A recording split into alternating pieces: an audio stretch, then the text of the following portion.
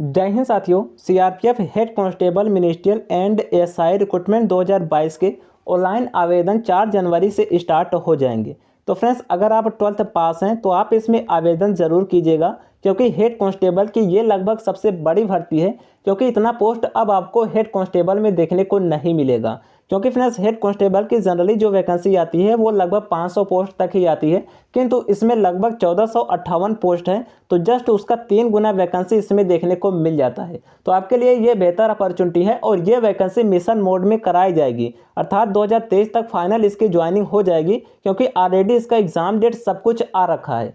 तो फ्रेंड्स, आप चाहे एसएससी की तैयारी कर रहे हैं या फिर किसी स्टेट एग्जाम की तैयारी कर रहे हैं या फिर एसएससी जीडी की कर रहे हो या फिर सीएचएसएल की कर रहे हो, क्योंकि पैटर्न दोनों का सेम रखा गया है। अगर आप एसएससी सीएचएसएल की कर रहे हैं तो इसमें इंग्लिश भी दिया गया है, अगर आप जीडी की कर रहे हैं तो इसमें हिंदी भी दिया गया है। तो दोनों कैंडिडेट के लिए ये बेहतर अपॉर्चुनिटी हो जाता है, क्योंकि लगभग एग्जाम पैटर्न दोनों का सेम है और इसका लेवल जो होगा वो एसएससी से नीचे लेवल का ही होगा। तो आप इस एग्जाम को बड़े ही आसानी से क्लियर कर सकते हैं। तो आप इसमें आवेदन जरूर कीजिएगा। किंतु फ्रेंड्स, आवेदन करने से पहले आपके पास कौन से डॉक्यूमेंट होने चाहिए उसके बारे में हम बात करेंगे, क्योंकि अगर आपका कोई भी डॉक्यूमेंट मिस हो जाता है तो आपको डॉक्यूमेंट वेरिफिकेशन में बाहर कर दिया जाता है और आपका जो डॉक्यूमेंट होना चाहिए वो उस टाइम का नहीं होना चाहिए, वो अभी से आपको तैयार करना पड़ेगा। क्योंकि सभी का एक वैलिड डेट होता है कि इस डेट तक आपके डॉक्यूमेंट तैयार हो जाने चाहिए। तो अभी आपके पास टाइम है, इसलिए मैं पहले इन्फॉर्म कर रहा हूँ कि अगर आपके पास कोई डॉक्यूमेंट नहीं है तो उसे आप अभी से रेडी कर लीजिए।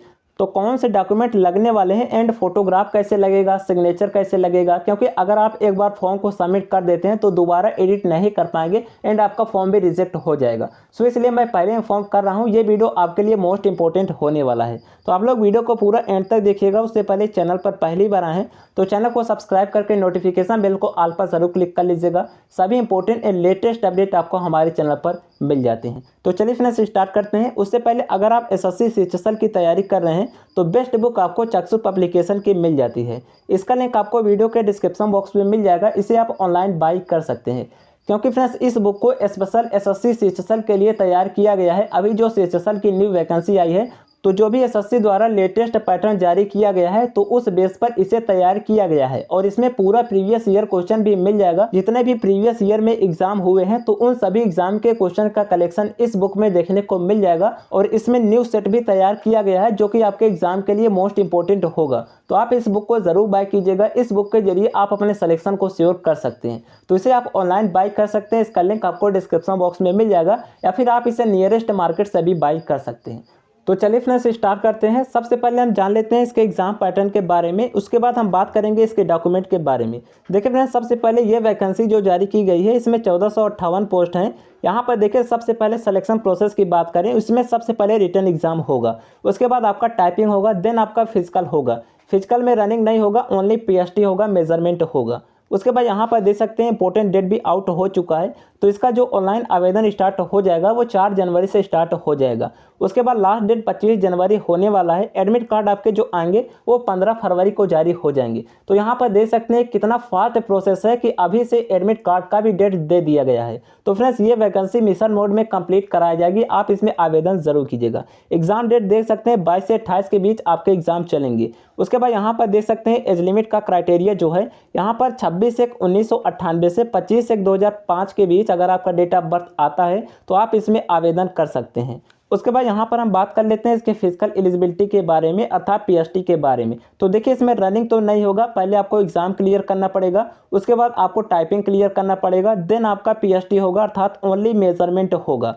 तो यहाँ पर देखिए, आपकी हाइट जो होनी चाहिए वो 165 सेंटीमीटर होना चाहिए जनरल कैटेगरी की। उसके बाद यहाँ पर चेस्ट जो होना चाहिए वो 77 से 82 के बीच होना चाहिए। बाकी यहाँ पर रिलैक्सेशन केवल एसटी एंड हिल कैंडिडेट को मिलता है, अर्थात जो पहाड़ी एरिया से बिलोंग करते हैं तो इनकी हाइट अगर 162.5 सेंटीमीटर है तो भी चल जाएगा और चेस्ट इनका 76 से 81 के बीच होना चाहिए।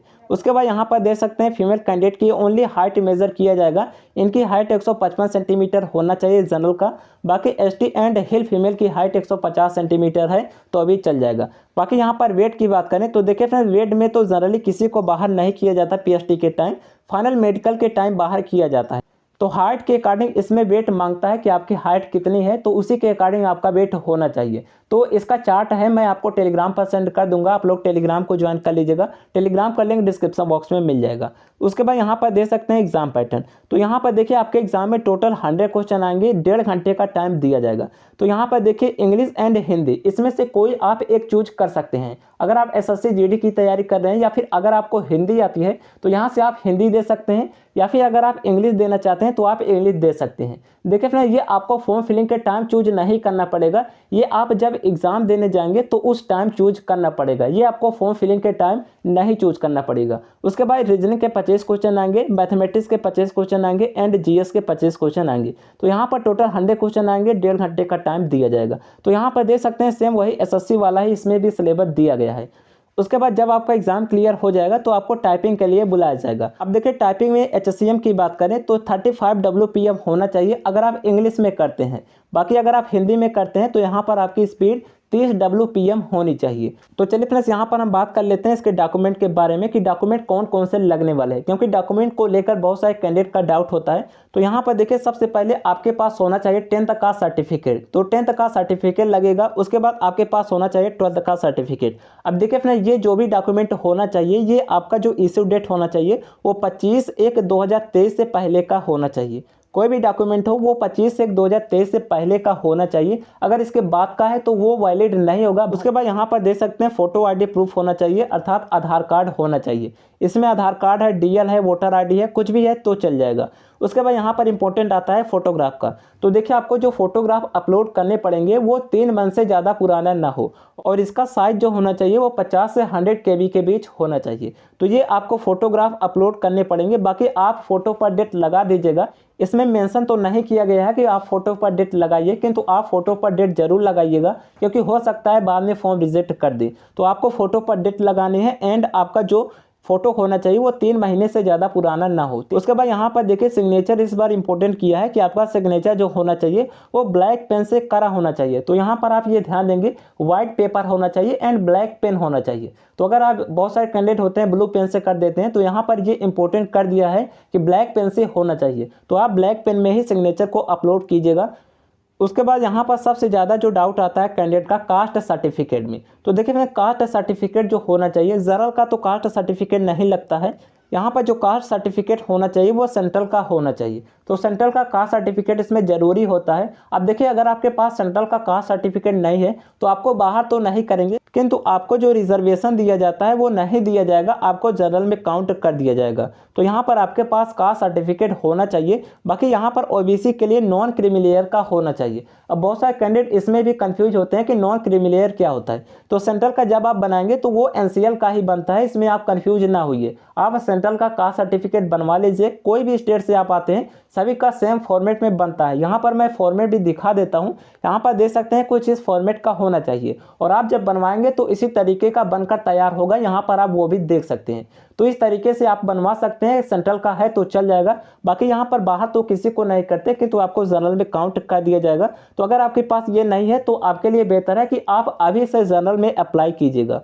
तो ये मैं यहाँ से अभी से इन्फॉर्म कर देता हूँ। बाकी SC ST की बात करें तो जिन स्टेट में SC ST का सेंट्रल का नहीं बनता है तो उनका स्टेट का ही चल जाएगा। बाकी आपके अगर स्टेट में जो है वो सेंट्रल का बनता है SC ST का, तो वो आप अभी से बनवा लीजिए। बाकी यहाँ पर हमने आपको डेट बता दिया कि इशू डेट जो होना चाहिए वो 25/1/2023 से पहले का होना चाहिए। अभी आपके पास टाइम है, लगभग 25 दिन का टाइम है, तो अभी से आप इसे रेडी कर सकते हैं। तो यहाँ पर हमने सभी डॉक्यूमेंट के बारे में आपको बता दिया। बाकी कोई डाउट आए आप कमेंट कर दीजिएगा। चलिए फ्रेंड्स, वीडियो को लाइक ज़रूर कर दीजिएगा। मिलते हैं आप लोगों से फिर किसी नेक्स्ट वीडियो में, तब तक के लिए जय हिंद।